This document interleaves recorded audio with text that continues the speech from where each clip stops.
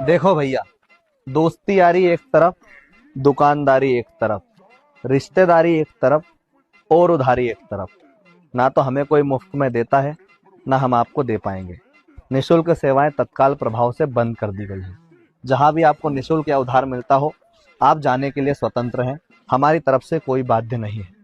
बड़े सालों तक संघर्ष करने के बाद व्यवसाय का रिस्क लेना पड़ता है। तुम तो उधार लेकर चले जाते हो महाराज, पर हमें सामने वाले को देना पड़ता है। राम राम।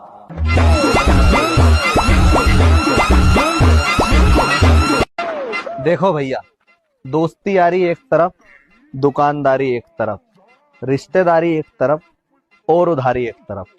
ना तो हमें कोई मुफ्त में देता है, ना हम आपको दे पाएंगे। निशुल्क सेवाएं तत्काल प्रभाव से बंद कर दी गई हैं। जहां भी आपको निशुल्क या उधार मिलता हो, आप जाने के लिए स्वतंत्र हैं। हमारी तरफ से कोई बाध्य नहीं।